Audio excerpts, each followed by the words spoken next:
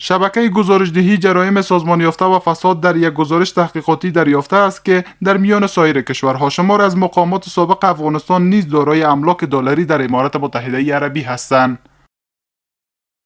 میر رحمان رحمانی رئیس سابق مجلس نمایندگان و اجمل رحمانی نماینده مجلس نمایندگان خانه ها، آپارتمان ها و دفاتر به ارزش 15 میلیون دلار در دبی دارند.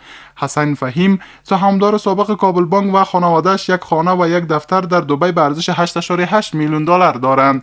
اسدالله خالد رئیس پیشین امنیت ملی و وزیر پیشین دفاع ملی در دبی آپارتمان به ارزش 5.5 میلیون دلار دارد.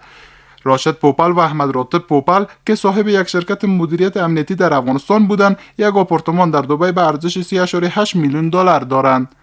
ادیب فهیم معاون اول پیشین امنیت ملی دارای یک ویلا و 3 آپارتمان در دبی به ارزش 3.5 میلیون دلار است. احمد ولی مسعود سفیر افغانستان در لندن از سال 2002 تا 2006 یک آپارتمان به ارزش 1.8 میلیون دلار در دبی دارد. امیرزی سنگین وزیر پیشین مخابرات و تکنولوژی معلوماتی 2 آپارتمان در دبی به ارزش 780,000 دلار دارد.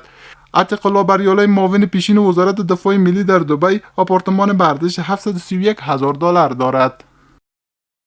شماره از تحلیلگران امور میگویند که در 20 سال گذشته فساد گسترده‌ای وجود داشته و بسیاری از مقامات پول بیت المال را دزدیدند و می‌افزایند که این دارایی‌ها باید به افغانستان بانک بازگردانده شود. ټول چارواکي هغه چې په لوړه چوکۍ باندې ناست وو لکه وزیر معین والي یا له دې نه پورته نور عمومي رئیسان مشاورین رئیس جمهوران معاون رئیس جمهوران د امنیت رئیسان دغه ټول د بیت المال پیسې په فساد په غلا باندې اخیستې دي او په بهر ته وړي دي او بهر بانکو کې دي او اوس غواړي سرمایه گذاري کړي. این شبکه همچنان در گزارشش گفته که 6 شرکت مرتبط به اجمل رحمانی ساختمان‌های به ارزش 212 میلیون دلار در آلمان دارند. قابل ذکر است که وزارت امور خارجه آمریکا میر رحمان رحمانی و اجمل رحمانی را به دلیل فساد گسترده مالی تحریم کرده است.